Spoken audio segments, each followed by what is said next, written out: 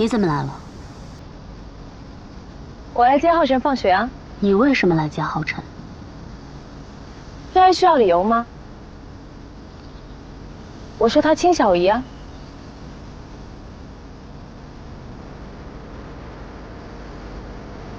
你又想搞什么花样？这是学校，收敛一点，赶紧走。点点点。其实我每次面对你，我心里都很过意不去。另外我知道了，你一直被蒙在鼓里，我觉得这样对你很不公平。其实，浩明跟浩辰根本不是亲兄弟，而是亲父子。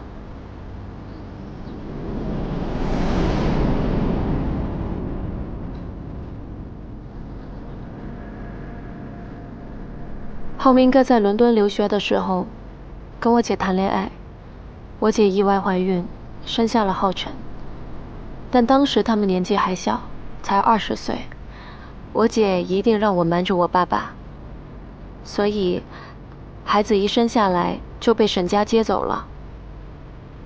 沈金松和于兰担心未婚生子传出去不好听，幸好知道的人也不多，对外他们就说给浩明添了个弟弟。再后来，我姐潜水的时候意外遇难，这件事就成为一个永远的秘密。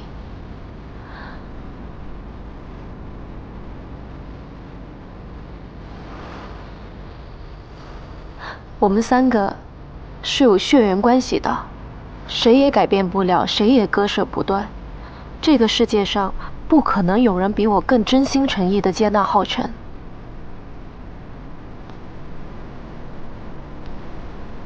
你应该还不知道吧？你生日那天，浩明在我家里。你一直不接电话，我以为你出什么事情了。没事，世峰跟金达要有一个签约临时运动会，所以我手机调了静音。他应该没有告诉你我和他做了什么吧？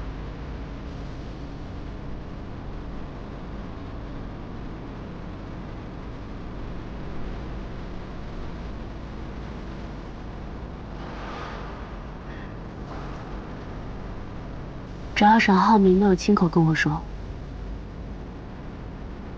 我就不会相信你说的。你不会以为你跟浩明哥之间是一场纯粹的爱情吧？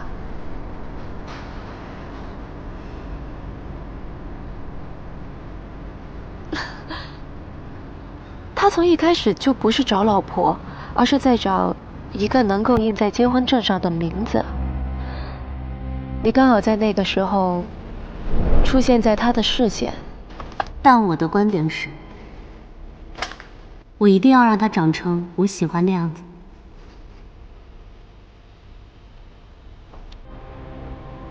虽然不是门当户对，但你也算聪明，又有野心。最近当上主播，正好可以用来宣传他的事业，他的为人。不知道有没有这个荣幸，让许岩给您做个专访，就当做给新主播一个机会吧。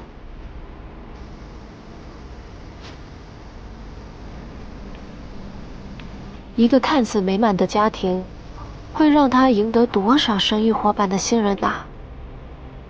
而且，你听话懂事，即使知道他有孩子，你还是会任他摆布。这是个多么完美又理性的选择啊！哦，对了，你还真以为是你凭自己的本事考上主播的？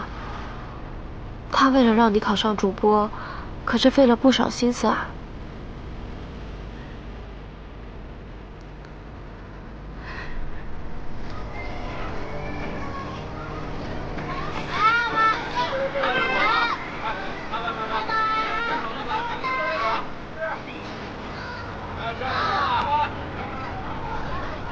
嫂子，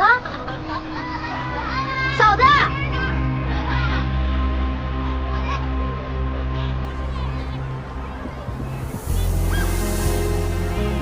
晨晨是你的弟弟，我们是一家人，家人之间互相照顾是一件很正常的事情。你做得很好。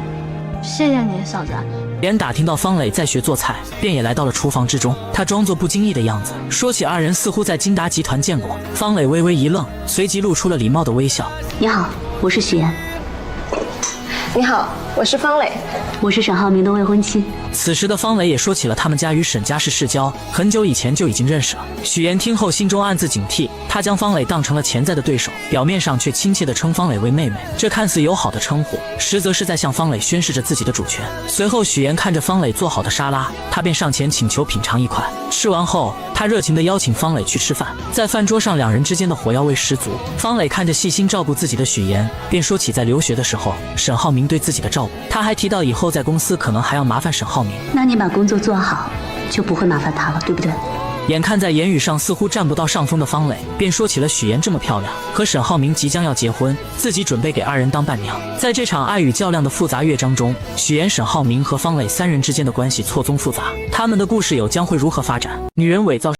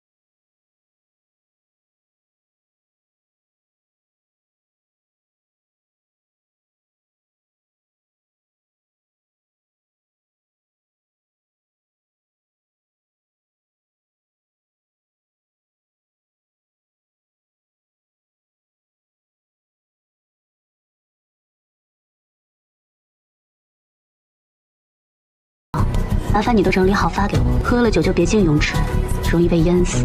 女人这才反应过来，昨晚她所做的事都在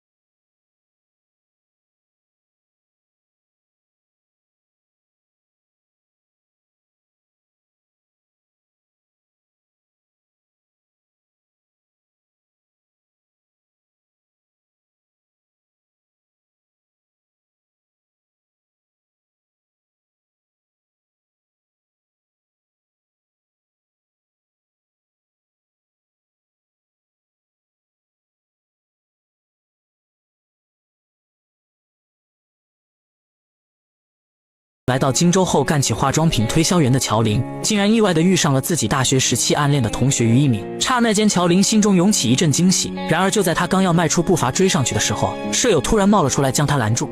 我要试妍妍。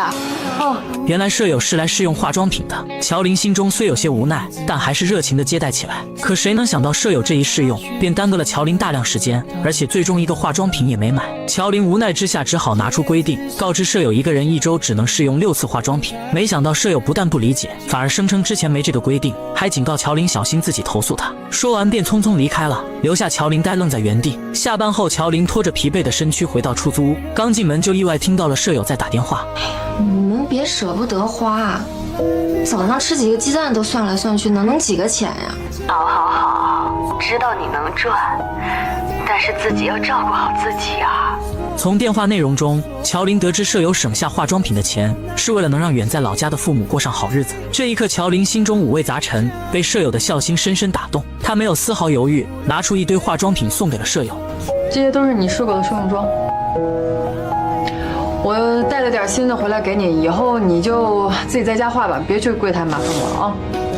你老去柜台麻烦我，我就净得伺候你了，我怎么赚钱呀？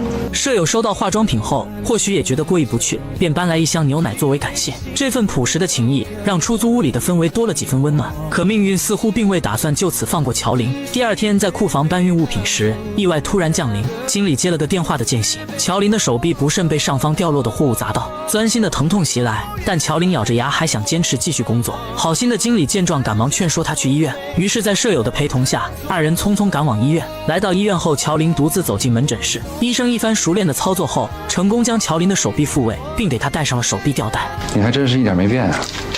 就在这时，医生缓缓摘下了口罩，乔林定睛一看，竟是当天在商场遇到的暗恋同学于一鸣。一时间，乔林又惊又喜，心中泛起层层涟漪。于一鸣关切地询问起乔林家人的情况，得知乔林的家人都在老家，只有许妍还在荆州。原来于一鸣曾向许妍表白却被拒绝，此次见到乔林，便想通过他再次见到许妍，于是提议让许妍来医院接乔林。不久后，许妍匆匆赶到医院，看到受伤的乔林，他急忙询问情况，得知并无大碍后，便与这位曾经的老同学于一鸣聊了起来。于一鸣看着眼前曾经的白月光许妍，心中满是感慨。二人开始深入了解彼此的现状。交谈间，于一鸣注意到许妍手上那枚耀眼的20克拉大钻戒。你结婚了？上个月。瞬间明白二人之间已再无可能，心中不禁涌起一丝失落。随后他默默返回了自己的科室。然而此时的乔林却已被于一鸣深深吸引，目光始终追随着他的背影。随后许妍带着乔林回到那间狭小且简陋的出租屋，看着屋内仅有一个卫生间，家具也不齐全的环境，并且他看出乔林铁了心要留在荆州打拼，便决定帮他改善居住条件，同时也为了减少自己日后的麻烦。当天晚上，搬家人员便上门准备将乔林的东西搬到对面的房子里。乔林本想拒绝，他觉得这样太麻烦许妍了。许妍见状便提起小时候乔林对自己的帮助，这份情谊许妍从未忘记。就在乔林依旧有些犹豫时，许妍说出了一个让他无法抗拒的理由。我忘记告诉你，新家公寓邻居是于一鸣，不用搬了，几位大哥。搬得搬。那个对不起啊，刚刚那个我帮你们搭包产。当听到新家的邻居是于一鸣，乔林的态度立马360度大反转，立马就搬家。许妍对这个姐姐很了解，她也知道姐姐一直都暗恋于一鸣，所以她就是故意这么做的。乔林搬过去的第一天大早就收到了于一鸣的早餐，这让他万分惊喜。乔林，你手不方便，给你买的早餐。许妍一心盼着姐姐乔林能过上好日子，她不仅精心安排让于一鸣成了乔林的邻居，还特意拜托于一鸣在生活上多多照顾姐姐。对，一会儿我把食堂菜单发给你，中午想吃什么你就告诉我。走了，拜拜。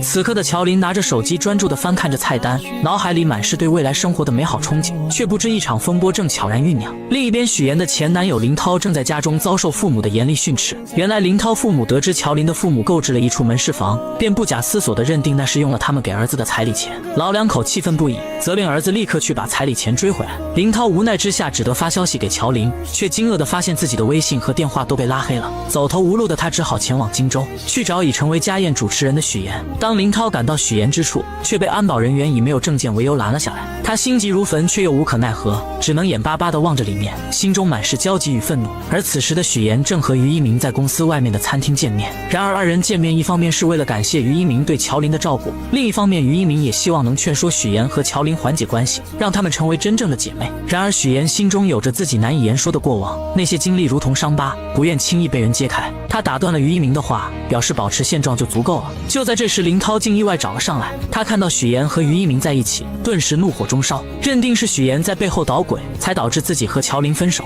许岩见状，急忙起身准备出去和林涛好好解释，可林涛情绪激动，一把将他推倒在地。恰在此时，许岩突然瞥见之前刁难自己的同事出现在餐厅外面，他深知自己目前的身份不宜暴露，情急之下便对林涛说可以带他去见乔琳。林涛信以为真，二人匆匆离开了餐厅。等那位同事来到餐厅时，于一鸣并未提及刚才发生的事情，表示刚刚二人只是撞在一起，没什么事情。随后许岩带着林涛来到一个相对安静的地方，将事情的来龙去脉一五一十地说给林涛听。可林涛却固执地认为分手是别人的错，始终不肯面对现实。许岩见状，严肃地告诉他，二人已经分手，没有任何关系了，不允许他再去干涉乔琳的生活。为了彻底解决此事，许岩还提出自己可以把彩礼钱全还给他。然而林涛却依旧不依不饶，眼看没办法从许岩这里得到满意的结果，竟准备去许岩的公司耍无赖。哎，这准是彩礼的事吗？我要的是人。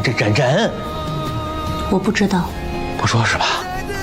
那我就天天来，我上你们单位去要人，上你婆家去要人。你不是嫁得挺好吗？我让他们了解一下，你到底在外边干了些什么见不得人的事儿。许岩看着眼前这个如此不讲道理的人，心中满是厌恶，压根不想再与他纠缠。随便你。直接转身离开了。第二天，许岩来到乔琳家中，把昨天发生的事情一五一十地告诉了姐姐。为了平息这场矛盾，也为了防止自己身份暴露引发更多麻烦，许岩决定还给他们家彩礼钱。乔琳觉得这家人是真的很奇葩，既然他想见自己说清楚，那就见面打死他。许岩见姐姐只知道使用武力，劝说她不要这样做。既然跟林涛分手了，那就跟过去一刀两断。昨晚他跟林涛聊过了，他在乎的是乔琳对自己的感情是否忠诚，但他的父母在乎的无非就是钱，只要把钱给出去了，就算林涛想来荆州闹，他父母也不会同意的。谁知乔琳听完这些后，依旧要自己解决，可许岩等不了。等到你筹好钱的时候，他就会把这件事情闹得人尽皆知了。到那个时候，我的单位、沈家，所有人都会知道。我还以为你是在为我着想呢，原来是怕自己谎言被拆穿了。就在两人讨论这件事的时候，殊不知沈浩明也知道了，他默默地帮许岩处理，让助理调查林涛的工作情况和人际关系。不出半天，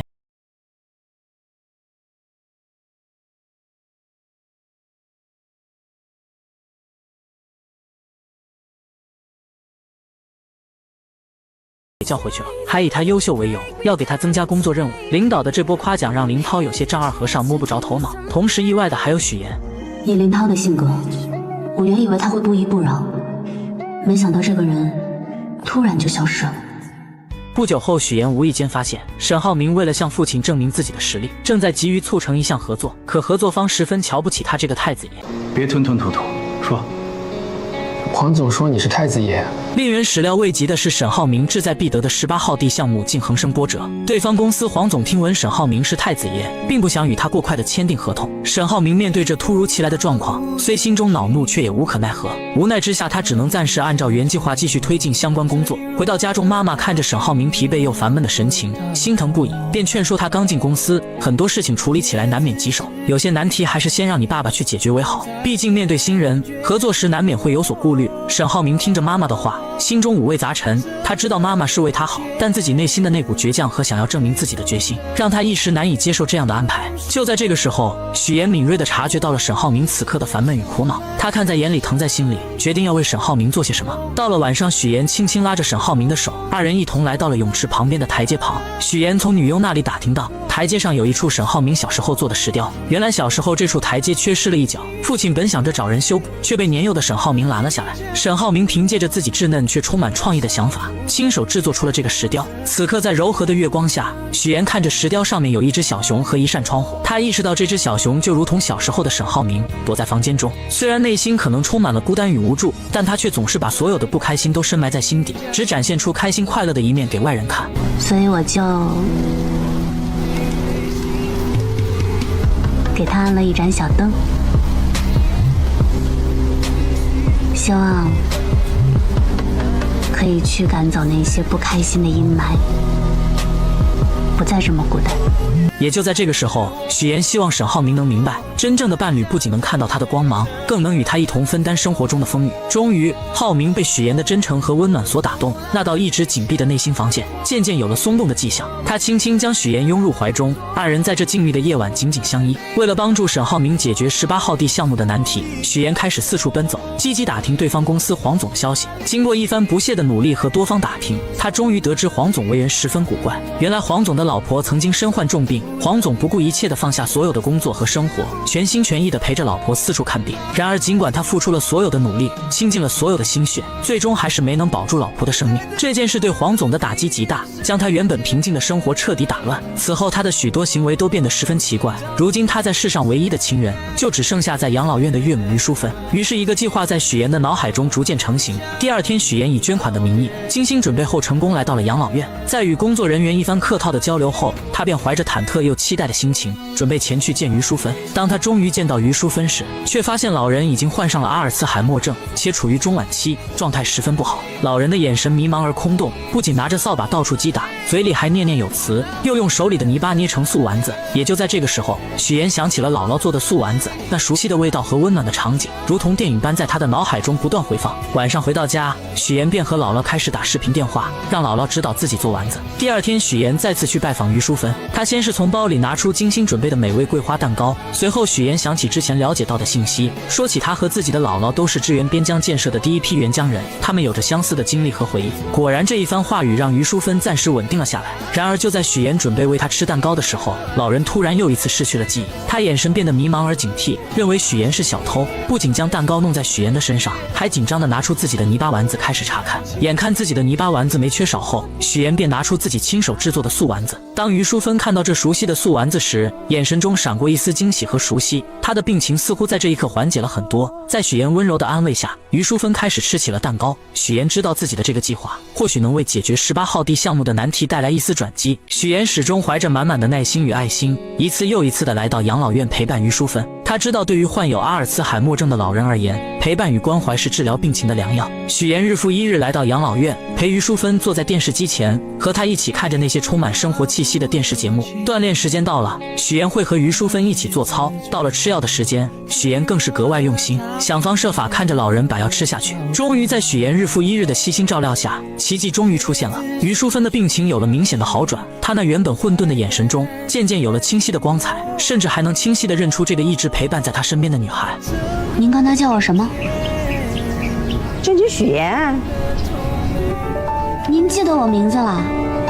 我一直记着你的名字呀。于淑芬病情的好转，自然也引起了黄总的注意。黄总平时工作繁忙，很少有时间来看望岳母，但每次来都能看到许妍在这里无微不至地照顾着老人。他看着许妍耐心地为岳母做出的这些事情，心中涌起一股深深的感动。他意识到这个女孩是多么的伟大，于是黄总开始多方打听许妍的身份。经过一番努力，他终于得知，原来这个一直默默照顾自己岳母的女孩，竟然是沈浩明的妻子。随后，黄总约上了沈浩明。这段时间，你爱人许妍经常去照顾我岳母，我岳母的病情也得到了缓解，状态也比之前好了许多。难道你不知道？他没有跟我说过。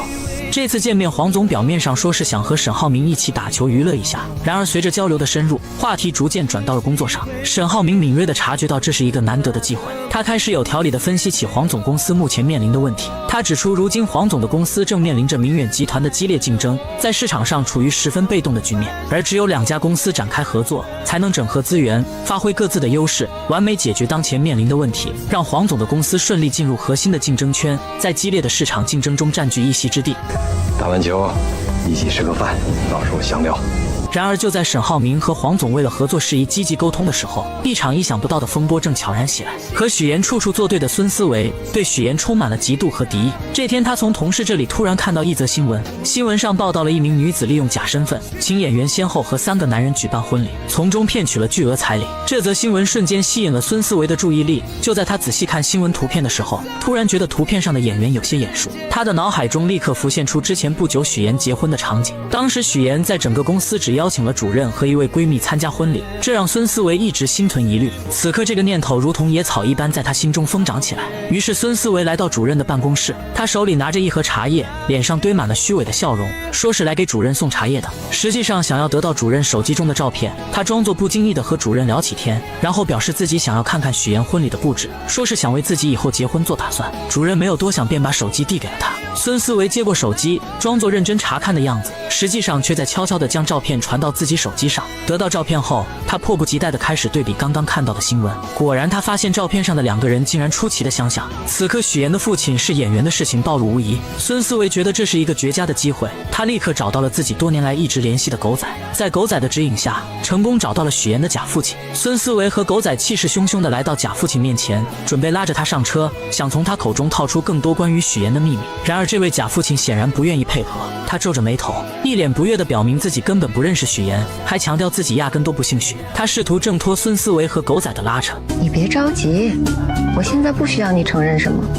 我们既然能找到你呢，肯定就不是毫无根据的喽。合作一下吧。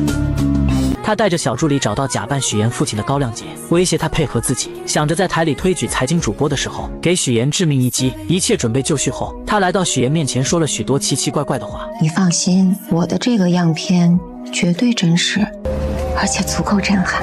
他的话许妍并没有在意，而是时刻准备自己竞争财经主持人。他的表现极为出色，评委们很是满意。隔天孙思维特意邀请许妍做自己节目的嘉宾，许妍不知道他的葫芦里到底卖的什么药，并没有答应。可就在这时，主任出来助攻孙思维，无奈之下许妍只好答应。节目开始后，孙思维先是向大家讲述了最近骗取高价彩礼的那个新闻，接着又请来了高亮杰。许妍看见他的那一刻很是惊讶，孙思维看见后觉得自己稳赢。他打开许妍婚礼的照片做对比，还不停地质问两人之间的关系。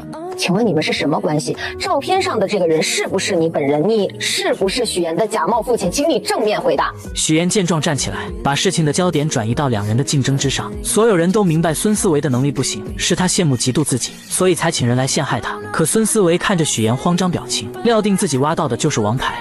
照片上的这个人是不是你？你到底有没有假扮许妍的父亲？看着孙思维在那里犀利的说话，在座的同事们也有一点震惊，此刻都在下面小声的议论。一时之间，许妍的身份就这样被大家怀疑，她也顿时被推到了风口浪尖上。而孙思维看到许妍有点慌张的样子，觉得自己这个王牌简直是太炸裂了。看到对方反应不过来的那种表情，更是到达了制高点的高兴。可他万万没想到事情会迎来反转，高亮杰临时变卦。不是，那人不是我。高先生，您这儿有块胎记对吧？啊，对，我这儿有胎记，你看这儿。大家拿出照片仔细对比，发现婚礼上的男人脖子上根本没有胎记。原来许妍在孙思维威胁自己后，便猜到他可能查到了一些东西，于是他约见了高亮杰，商量做了这场局。而且早在之前，许妍就让男人遮盖胎记，也算是他的一张保命符。此刻的孙思维彻底懵了，他认定两人就是串通好了。串通好了是吧？在这给我做局呢！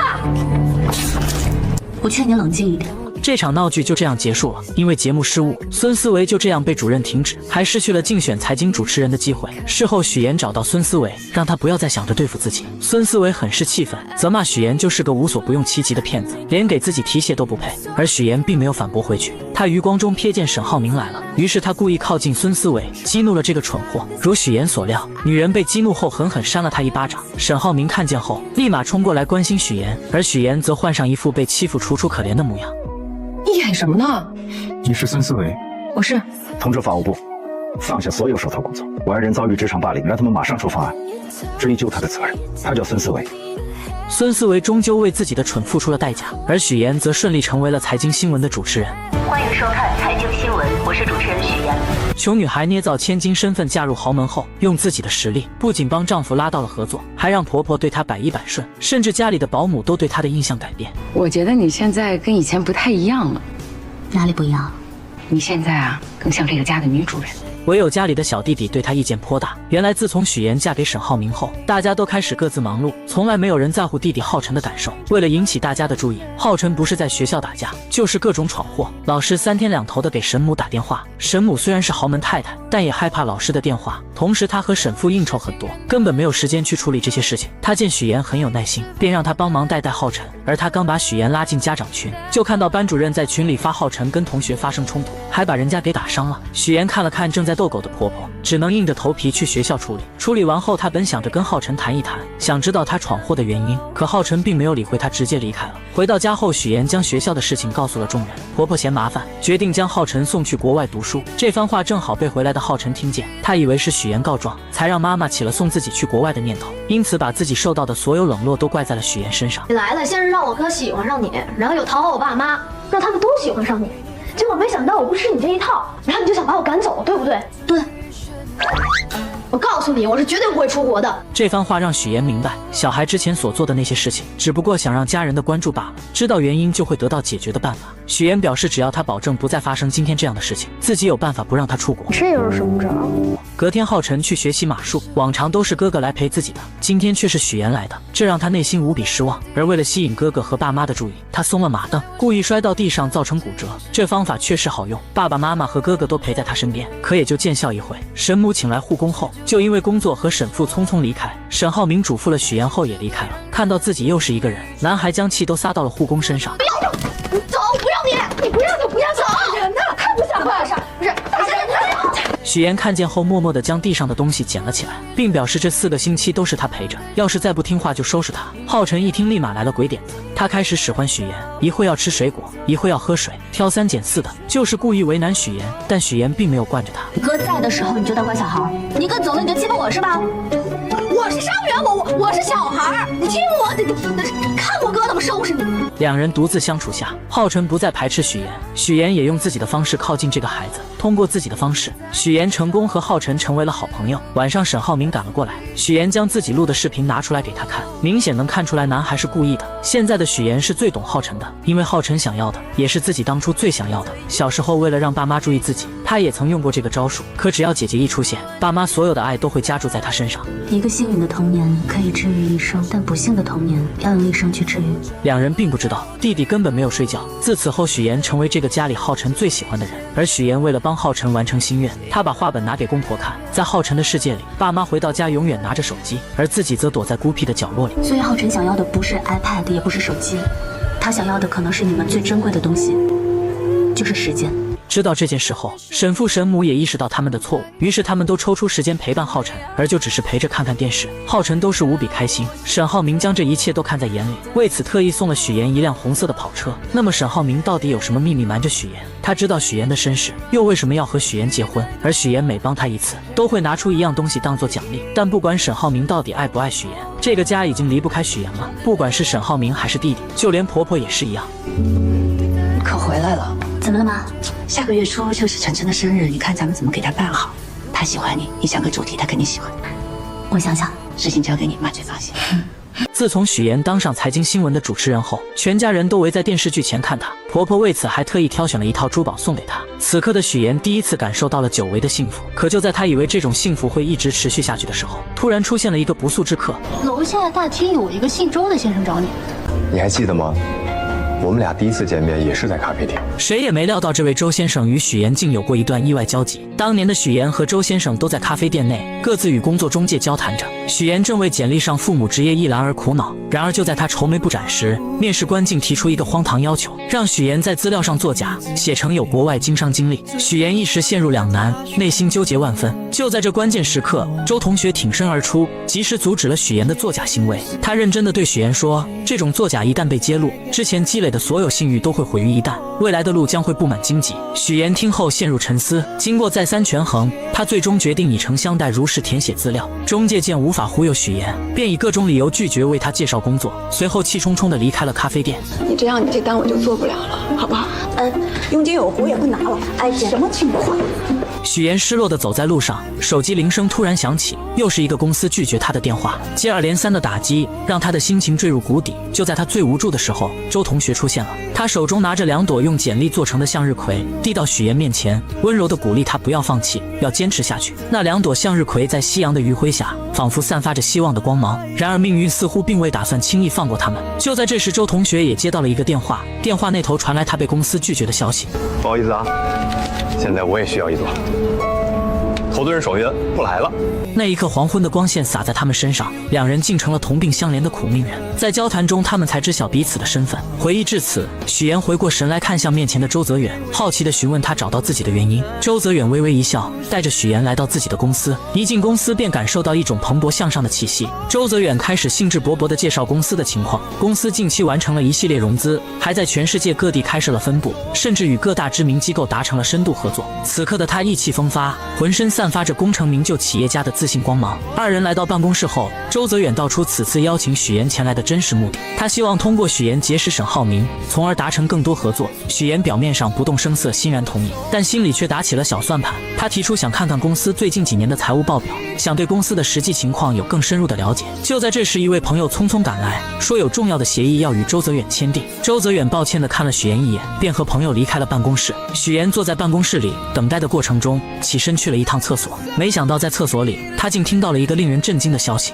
我现在接的活特别轻松，网站一做，啥也不干，一天500呢，比你在剧组轻松多了。哎，要不你也过来吧？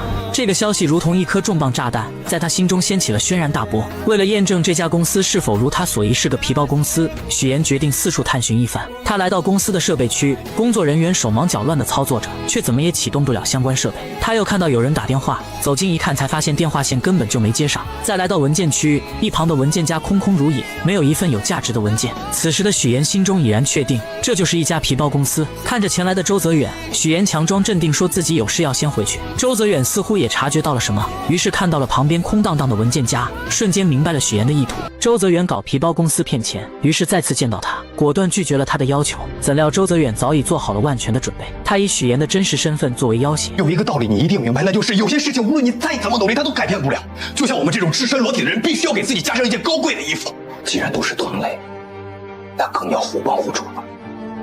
面对周泽远的要挟，许岩真是累极了。回到家后，听见婆婆叫她，只能强颜欢笑的应对。明天婆婆的闺蜜马阿姨要带一个人来家里做客，不知道该做什么。许岩立马给出了意见，可他怎么也没有想到马阿姨带的人竟是周泽远。在喝茶的时候，周泽远不停忽悠两人，许岩只能眼睁睁看着他胡说八道。他不敢帮周泽远，更不敢揭穿他的真面目。实在听不下去的他借口接水离开了。可没想到周泽远竟追了过来，他彻底撕破脸皮，逼迫许岩让沈浩明投资。让你老公投资的事儿，我是跟你聊呢，还是跟你婆婆聊？你的商业计划书和你的财务报表，论是我婆婆还是我先生看，都会发现漏洞。不要再想诸此的事情了。周泽远见许岩不上当，继续忽悠他，表示只要沈浩明一小笔的投资就行。但聪明的许岩很快就识破了他的阴谋。周泽远要的不仅仅是钱，他最想要的是沈家的名声，借沈家的势力骗更多的钱。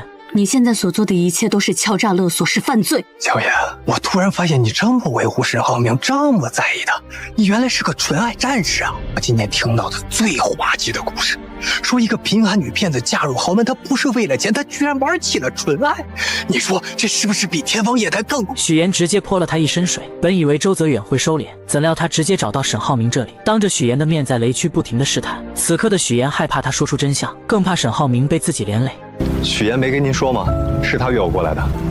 我事情太多了，忘记跟你说了。没事。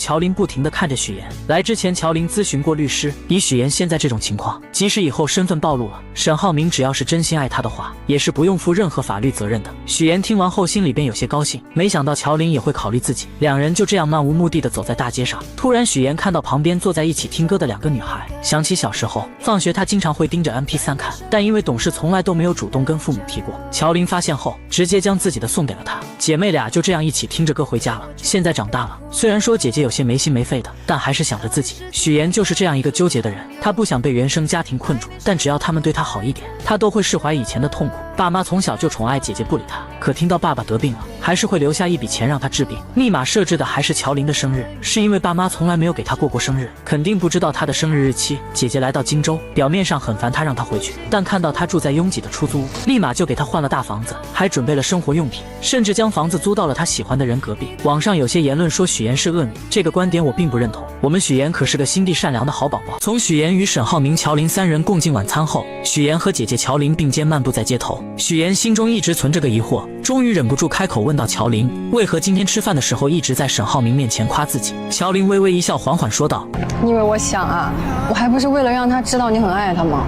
原来他之前咨询过律师，得知许妍和沈浩明之间的这段感情只要是真实纯粹的，即便有一天这场复杂的骗局被彻底揭穿，他们也无需承担法律责任。许妍听后心中恍然大悟，原来这么多年来，他和姐姐乔林之间的感情从未消失，只是被岁月和那一次次的刻意不见所掩盖，像被尘封在角落里的珍宝，等待着被重新发现。走着走着，许妍的目光被路边一对亲密的闺蜜吸引，她们头靠着头，共同听着耳机里的歌曲，脸上洋溢着幸福的笑容。这温馨的一幕让许妍的思绪飘回到了过去，曾经她也在街边满心欢喜地看着一款心仪的 MP3， 眼中满是渴望。而姐姐乔林就像她生命中的天使，敏锐地捕捉到了她的这份小心思，毫不犹豫地将自己的 MP3 送给了她。姐妹俩兴奋地插上耳机，手牵着手，一路欢声笑语地走回家中。那时候她们的关系就如同眼前这对闺蜜一般亲密无间，彼此分享着生活中的点点滴滴。想到这里，许妍才真切地意识到，她和姐姐之间的感情从未褪色，那份深厚的情谊一直都在。第二天，许妍接到了陪伴沈浩明弟弟沈浩辰的任务。当沈浩辰看到前来陪伴自己的是许妍而不是哥哥时，原本期待的眼神瞬间暗淡下来。无论许妍如何苦口婆心的劝告，他都一脸冷漠，不愿多说一句话。沈浩辰心里只想着去马场骑马，仿佛只有在马背上飞驰，才能暂时忘却心中的失落。许妍无奈只好跟着他来到马场，在场外为他拍照拍视频。沈浩辰骑上新换的马，眼神中透着一股无畏的倔强。他在马场上肆意驰骋，风在他耳边呼啸而过。然而意外还是发生了，由于他过于大意，在一个急转弯处，脚从脚蹬上滑落，整个人从马背上重重地摔了下来。很快家人纷纷赶到医院，经过医生的检查，沈浩辰腿部骨折，需要卧床休息。病房里气氛有些压抑，许妍和护工也来到了病房。儿子，爸爸和妈妈还有一个很重要的应酬，明天再来看你。我们先走了啊。我们跟石凤老板吃饭。我有个事情。我有个重要聚餐，我快迟到了。哦，回来再说。这时爸妈和沈浩明因为有急事离开了，病房里只剩下他们3人。沈浩辰看着家人又一次匆匆离去，心中充满了委屈和愤怒。他觉得家人总是忽略他，于是情绪失控，拿起身边的水果就砸向护工。护工被这突如其来的举动吓得不知所措，只好默默离开。病房里顿时只剩下许妍和沈浩辰。许妍看着情绪激动的沈浩辰，并没有选择一味的纵容他，他只是默默地将食物放在沈浩辰面前，然后静静地坐在一旁。时间1分1秒的过去，沈浩辰看着手中的漫画书，渐渐觉得有些无聊。他时不时地偷偷瞟一眼许妍，似乎在等待着什么。许妍察觉到了沈浩辰的变化，心中暗自好笑。他知道这个看似叛逆的男孩内心其实也有柔软的一面，于是他轻声说道：“可以玩半个小时游戏。”沈浩辰的眼睛瞬间亮了起来，脸上露出了久违的笑容。这是他们之间第一次没有恶意的交流，气氛也变得轻松起来。许妍拿出手机，翻出之前在马场拍摄的沈浩辰骑马的照片和视频。沈浩辰看着屏幕里自己英姿飒爽的模样，脸上的笑容越发灿烂。他们一边看着视频，一边分享着骑马时的感受。二人之间的隔阂也在这一来一往的交流中不断消除。到了晚上，沈浩明匆匆赶到医院，许妍看着他终于说出了自己白天就注意到的事情。他将手机里的视频播放给沈浩明看，然后认真地分析道：沈浩辰摔下马很可能是他自己故意松开脚蹬的，他可能是想通过这种方式引起家人的关心。因为我观察过浩辰，每次爸妈和你在他身边的时候，他就特别的开心快乐。当你们们离开，他就会变得很沮丧。为了让沈浩明更深刻地理解沈浩辰的内心，许言缓缓讲起了一个故事。曾经有个小女孩，因家中经济负担过重，被无奈送去别人家寄养。尽管后来她被接回了家，可始终难以得到渴望的爱与陪伴。小女孩的父母对她的关注少之又少，哪怕小女孩的手被划伤，鲜血直流，父母也只是匆匆瞥一眼，便立刻跑去关心不小心摔在地上的姐姐。许言深知，在优越的物质条件也无法替代亲人之间真挚的爱与陪伴。一个幸运的童年可以治愈一生，但不幸的童年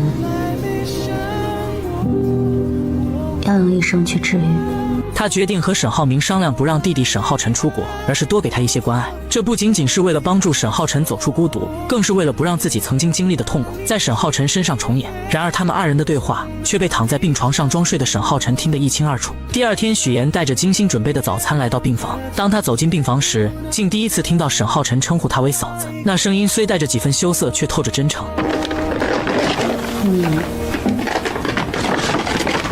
你刚才是叫我嫂子吗？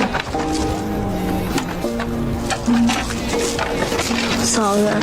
许言微微一怔，随即露出了欣慰的笑容。他能感觉到沈浩辰正在一步一步的改变，变得温暖而懂事。就在这时，爸妈来到了病房。许言在病房外拦住了他们，他希望爸妈能留下来一天，好好陪陪沈浩辰。他告诉爸妈，沈浩辰现在的状态很不好，内心极度渴望家人的陪伴。说着，许言拿出了沈浩辰的画，那些画里大多是一个孤独的人影，在空旷的世界里徘徊。爸妈越看越觉得不对劲，脸上的担忧愈发浓重。许言接着说道，沈浩辰平时陪伴最多的人只有家中的保姆阿姨，他最需要的不是昂贵的玩具，也不是奢华的生活，而是家人围坐在一起的温暖。爸妈听后陷入了沉思，他们这才意识到自己一直以来都忽略了沈浩辰的感受。在许言的努力下，一家人终于齐聚在病房里，他们围坐在沈浩辰的床边，聊着一些生活中的琐事。虽然都是些微不足道的小事，可每个人的脸上都洋溢着幸福的笑容。一家人在这平凡而又珍贵的时光里，感受到了久违的亲情温暖。1周之后，沈浩明来接许言下班。为了感谢许言这段时间的付出，让沈浩辰有了如此大的改变，沈浩明直接送了他一辆保时捷。我只想给你你想要的生活。你就是我想要的生活。许言刚准备去开车，手机却突然收到了一条消息，是周泽远发来的，他想和许言见一面。许言无奈地叹了口气，只好开车前去赴约。见面后，许言开门见山，直言周泽远与沈浩明的合作不可能达成。接着他话锋一转，说出了整个公司都是临时演员的事实。原来这一切不过是他精心编织的一场骗局。其实被你看穿，我一点也不惊讶，毕竟请临时演员的套路，你比我熟悉。周泽远还提到许言的父母，称他们并不在国外，而是在一个小县城里。他觉得让许言帮他一把不过是小事一桩。许言听着周泽远的话，心中五味杂陈。他看着眼前这个曾经充满阳光的男人，如今却变得如此功利和世故，仿佛变了一个人。周泽远还振振有词地说，自己不过是需要一个身份来包装自己，就像许言营造高知家庭背景一样。许言听着他荒谬的言论，心中涌起一股怒火。他终于明白，眼前的周泽远已经彻底迷失了自我，被欲望和虚荣冲昏了头脑。可周泽远又怎肯轻易罢休？他将许言不肯帮忙，直接来到沈浩明面前，不停地提起许言的假父母，试图让他说服沈浩明投资他的公司。但他心里的那点小九九早就被老谋深算的沈浩明看清，他并没有继续和这个骗子谈下去。谁知周泽远又找到许言，直接撕破那虚伪的嘴脸。如果你还不配合我真的不能保证接下来会说什么。无论你说什么，我都不会让沈浩明牵扯进你的骗局里。周泽远还是低估了许言对沈浩明的爱，不管他怎么胁迫，许言根本不愿配合。怎料男人见许言这样，为了拿到钱，他往后退一步。这次他可以不要沈浩明的钱，但这笔钱必须许言来出。我给你1晚上的时间考虑，否则我就在网上曝光你。从这之后，男人像个恶鬼，时刻缠着许言，就连晚上都会打电话催着要钱。而这些沈浩明都明白，他早就让助理查过周泽远是个什么样的人，也知道许言打电话的对象就是他，但他什么也没有说，只是悄悄在背地里帮许言解决一切。经过1晚上后，周泽远并没有收到钱。一个人能无耻到什么地步？他将许言堵在停车场，迫不及待地想要拿到钱。好在姐姐乔琳及时出现，假装打电话报警，这才吓跑了周泽远。许言为此很是感动，姐姐还是那个姐姐，虽然从小父母偏心她，但她依旧是那个将自己护在身后的姐姐。虽然姐没什么能耐，但是妍妍你放心，只要有我在，绝对不能让你受欺负了。我揍她。谁知周泽远更加得寸进尺，这次他直接把许妍亲生父母请到了荆州，还将他编造假故事嫁进沈家的事全部托盘而出。乔爸得知后暴跳如雷，他不理解许妍为什么要这么做，为什么会变成现在这样。我乔建斌一辈子没有做过一件见不得人的亏心事，怎么养出你这样一个女儿？乔爸不停地辱骂许妍，什么话难听说什么，觉得女儿就是贪慕虚荣、利欲熏心，连做人的底线都不要，甚至要去沈家坦白真相，揭穿女儿的骗局。许妍听着父亲的谩骂一点表情都没有，因为他早已死心。在高考那年，他就已经对这对父母不抱期望了，也从来没奢望过他们能够理解自己。无论在什么时候，我遇见沈浩明这样的人，我就是会不顾一切手段，抓住机会跟他在一起。那你也不能欺骗人家。我也不想骗他，是因为从小我就知道，所有的事情我只能靠自己。许妍的话像棉花一样打在这对父母身上，丝毫没有波澜。此刻的乔爸从来没有想过他们的错，甚至觉得要不是他们把许妍接回来，他怎么会有今日？他从来不会想过许妍本该过上像乔林一样的生活，可他的出生不被期待，只因为他不是个男孩，还患有先天性心脏病。不会的，你们不会知道你们做错了什么。听完这话的乔爸起身就要去沈家揭发许妍，乔母连忙拦住他，嘴上说着为女儿考虑的话，可这幅画面在许妍眼里却是无比的可笑。乔家两口子从来没有想过儿时的经历对许妍的影响有多大，他们也从来没有想过以前是多么偏向大女儿，他们只会觉得我养你一场，怎么到头来还成了我们的错了？是他们亲手把许妍推开，现在却又嫌弃他什么事情都不跟他们说，真是讽刺。这是在演哪一出啊？我明白了。是因为你们觉得这样的生活是应该属于乔林的，而不是我。这是说你们想要去跟沈家告发我，再从我这敲诈勒索一笔钱。你怎么能这么想？从此我们断绝父女关系，你再也不是乔家人。乔爸得知许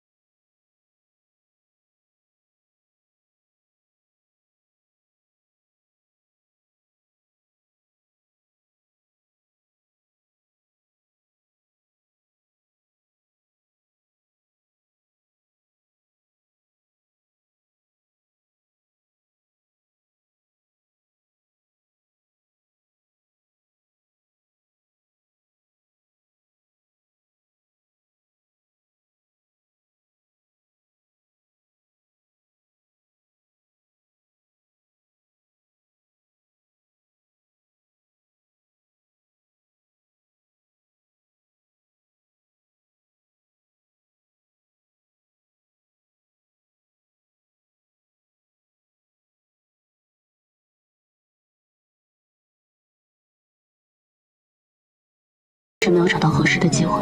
突然，乔林看到了于一鸣，他跑过去将他拉了过来，跟许妍一起吃饭。于一鸣本来很犹豫，但一听到许妍也在，就跟着过来了。而乔林也发现一件事，于一鸣跟许妍真的太不一样了，总是滔滔不绝，比跟自己在一起的时候话还多，心里无比的失落。许妍将一切都看在眼里。晚上回到家，许妍考虑再三后，决定跟沈浩明坦白。他先是试探说自己有一个朋友，在婚前隐瞒了一些事情，但现在两个人过得很好。这个朋友想要主动坦白，可他还没有说完，沈浩明就打断了他，表示只要两人的感情好，根本不需要坦白，坦白了反而会成为两人感情中的一根刺。婚姻其实不应该从原则出发的。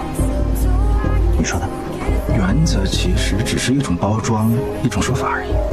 其实最后夫妻间有个好结果，才是最重要的，对不对？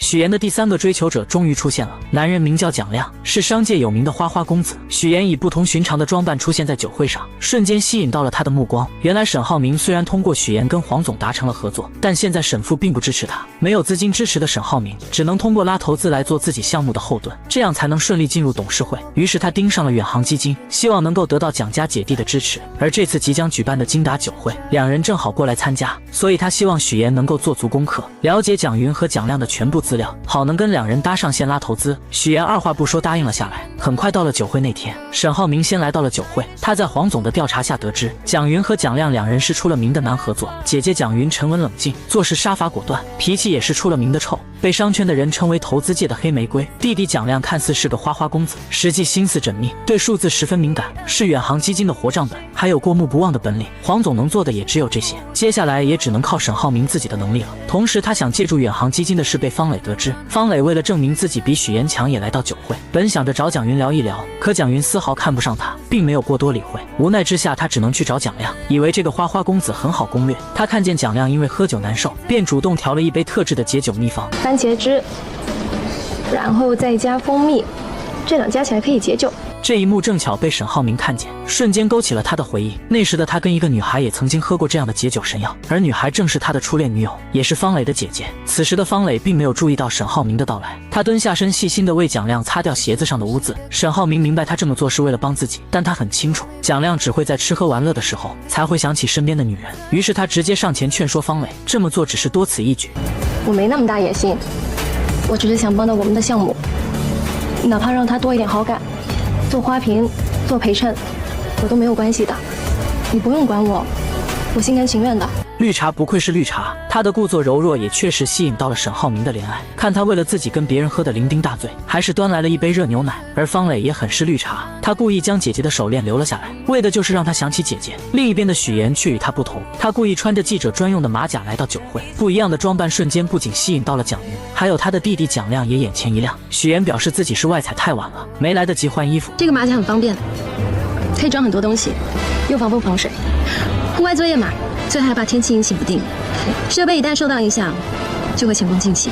许岩的这副样子让蒋云想起了他以前的样子，看到对方很随和，便主动提出让他穿自己的礼服。小沈总真的很好福气，娶到你这么漂亮的妻子，工作能力又强，晚上还能陪着丈夫应酬，真的是贤内助。许岩听完后表示自己虽然嫁了一个好家庭，但更多的不想当一个贤内助，更想能够帮助丈夫。但蒋云早已识破了他的伪装，他开门见山地指出，许岩穿工作服现身，就是为了模仿自己以前当记者时候的装扮，用这种方式来博得他的好感。被戳破心思的许岩很是尴尬，但下一秒蒋云却说他成功了，因为刚才在他身上看到了曾经的自己。随后许岩拿出收集的蒋云以前采访的照片作为礼物送给他，这不禁让蒋云对他的好感加剧，他很喜欢这份礼物。出来后许岩借撩头发，对着沈浩明比了一个 OK 的手势，他瞬间明白成功了，于是他走过去，还主动帮许岩争取到了蒋云的专访。边走边聊吧。走吧。沈浩明成功和蒋云搭上线，看着许岩这样被蒋云众星捧月地带走了，方磊心里很不是滋味，于是他故意在沈浩明面前假装自己喝了许多酒的样子，来到卫生间吐，想要得到他的怜惜。而沈浩明也上当了，他来到方磊面前，表示自己和远航基金的合作已经谈妥了，让他没有必要再这么讨好蒋亮了。合作才刚开始，以后的路还长着呢。只要是对你有用的关系，我都会竭尽全力去给你维护好的。方磊的这波装可怜，成功让沈浩明开始心疼他，再加上他离开的时候还特意留下了姐姐的手链，让沈浩明再一次陷入了无尽的回忆中。而另一边坐在车上的方磊并没有喝醉，他十分清醒地跟旁边的人说着，这么多年来他的心里只有沈浩明，从前是，现在是，以后也会是。尽管以前姐姐在的时候跟他在一起，可他心里还是忍不住喜欢沈浩明。一旁的男人一直都喜欢方磊，听着他的这番话，便耐心地劝说着他。他有妻子有家庭，夫妻感情又很和睦，你和他之间是没有可能的。这就不用你操心了。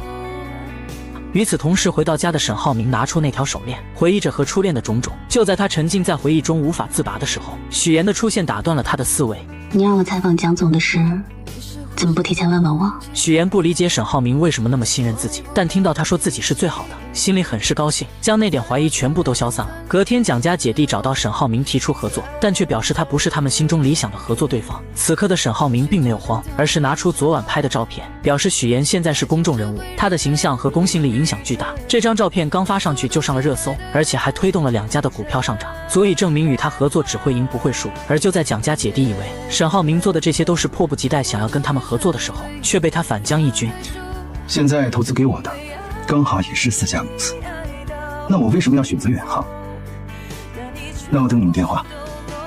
沈浩明走后，蒋云觉得这件事情变得越来越有意思了。因为这次事情的成功，沈浩明再次送给许妍一份礼物。看着手中厚重的礼物，许妍心里五味杂陈。一方面是他为沈浩明的用心而感动，另一方面则是内心的愧疚。礼物越贵重，他内心的负担就会越重。那些编织的谎言终究压得他喘不过气来。很快到了许妍的生日，沈浩明特意准备惊喜给她，可却因为方磊的一通电话给破坏掉了。原来方磊为了破坏两人，故意打电话给沈浩明，说自己已经见过浩辰了。沈浩明无奈之下只能先去找他。刚进来，方磊就以此为要挟，让沈浩明跟自己在一起。可沈浩明根本不喜欢他，他让方磊看在姐姐的份上放过自己。谁知方磊竟然直接拿起药全部喝了下去，嘴里还说着要去找姐姐。沈浩明见状夺过瓶子看了看，顾不得其他，立刻抱起方磊送他去医院。而此刻在工作室等了许久的许妍还在等待着沈浩明。不久后，沈浩明回来了。许妍以为他是因为工作上的事情耽搁了，并没有多说什么。许我耀眼中的沈浩明算是我看过的国产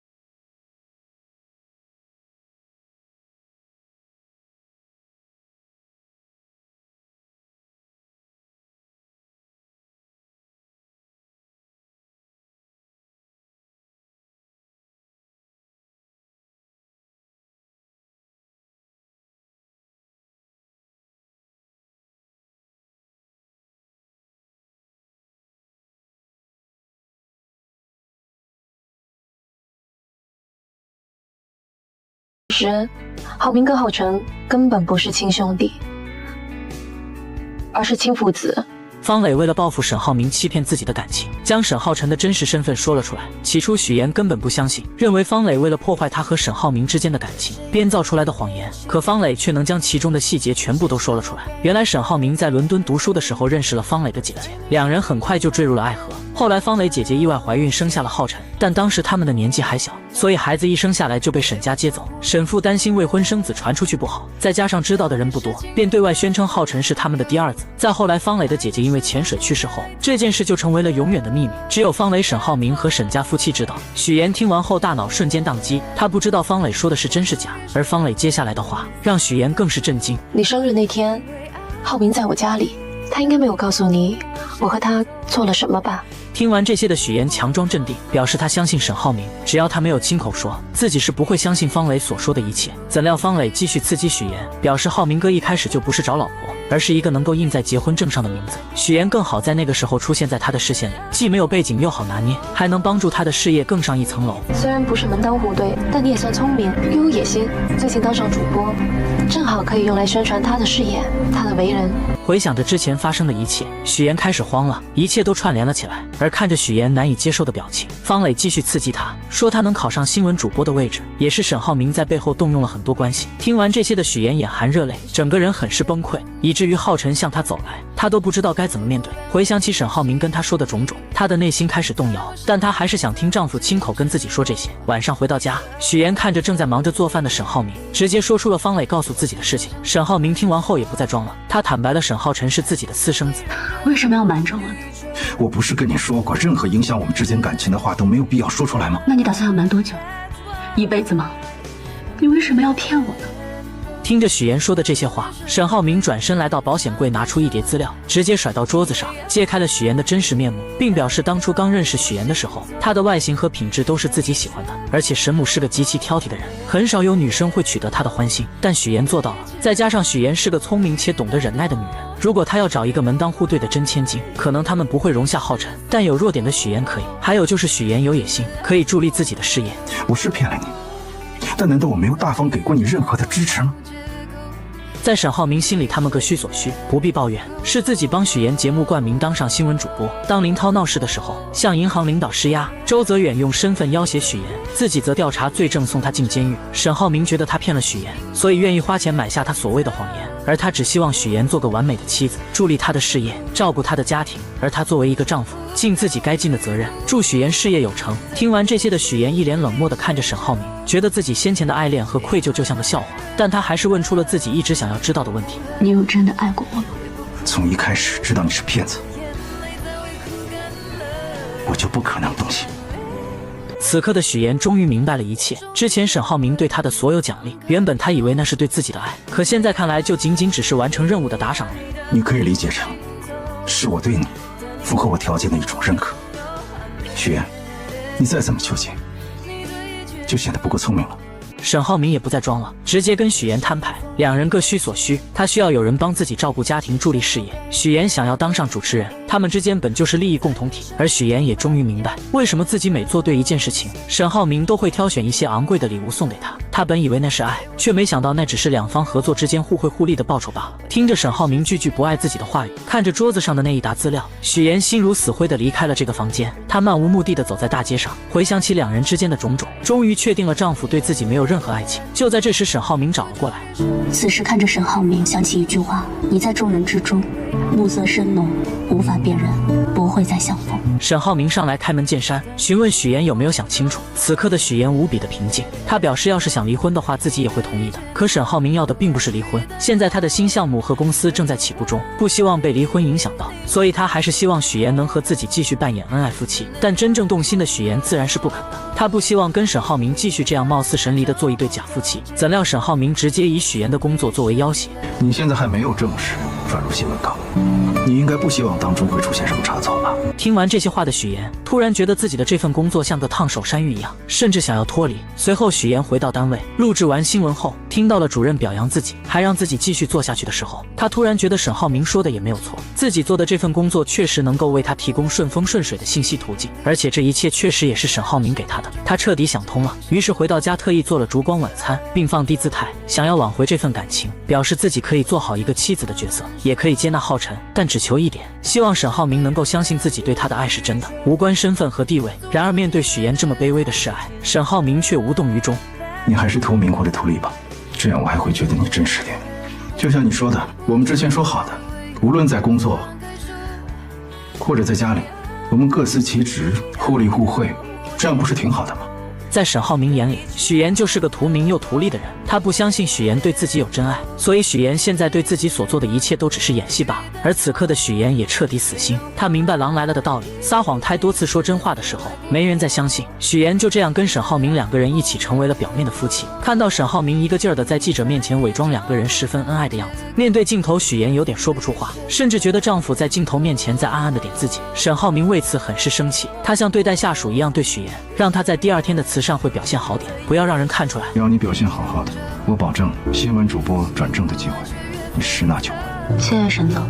就在两人准备睡觉的时候，律师打来电话说方磊要自杀。原来方磊这几天一直联系沈浩明，沈浩明并没有理会他，所以他才想出了这种办法。而沈浩明接到电话后就匆匆赶往现场，面对方磊的要挟，沈浩明丝毫没有怜惜，只有厌恶。他直接将方磊踢出新项目的参与，说完冷漠的离开了。晚上参加慈善会的时候，许岩彻底不想再配合沈浩明，他故意将方磊拉到身边坐下。沈浩明出声制止，许岩丝毫没有理会，甚至开口让方磊有时间多帮他照顾好明哥。这些话让方磊都有些丈二和尚摸不着头脑。而沈浩明看到许岩像变了一个人一样，只是沉默也没说什么。而在拍卖的时候，许岩更是拿着沈浩明的钱，用最高的价格买下一个钻石戒指，160万，左边出价160万了，朋友们还有没有加价的？160万，第一次，300万。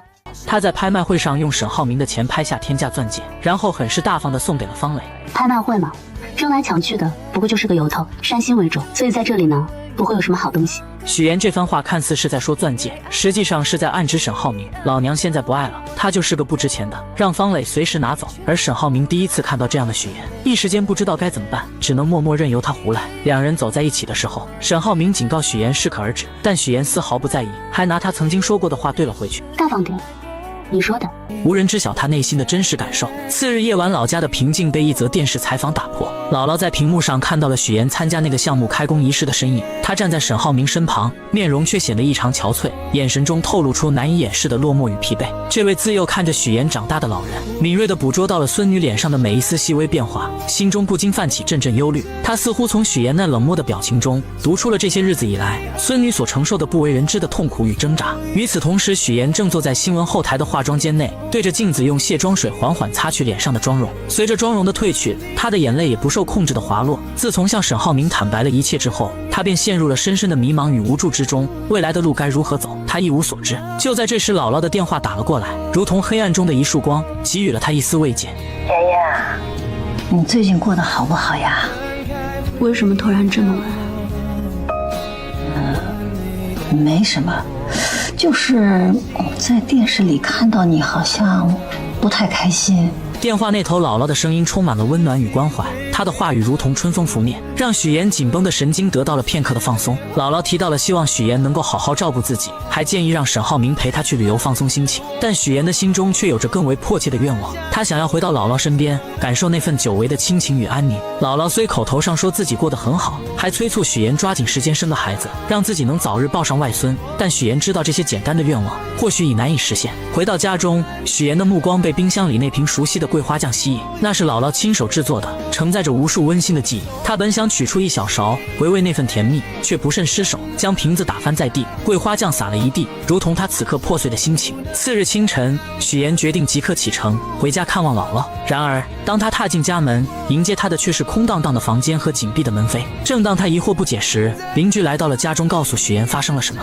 哎呦，妍妍，你可算回来了，走昨天晚上你姥姥晕倒了，我们赶快给她送县城医院了。许岩顾不上多想，立刻驱车前往医院。在病房里，他看到了昏迷中的姥姥，心中充满了自责与愧疚。母亲告诉他，姥姥是间歇性脑缺血发作，幸好送医及时，才没有造成更严重的后果。此刻姥姥需要的是静养与陪伴。在许岩的坚持下，他留了下来，独自一人守在姥姥的病床前，看着这位唯一疼爱自己的人躺在病床上，生命如此脆弱，许岩的内心充满了前所未有的悲伤。他认为这一切的不幸都是因为那些无法言说的谎言所导致的。在这一刻，他终于下定了决心，要与沈浩明离婚，彻底结束这段充满谎言与痛苦的婚姻。夜幕降临，医院里一片宁静。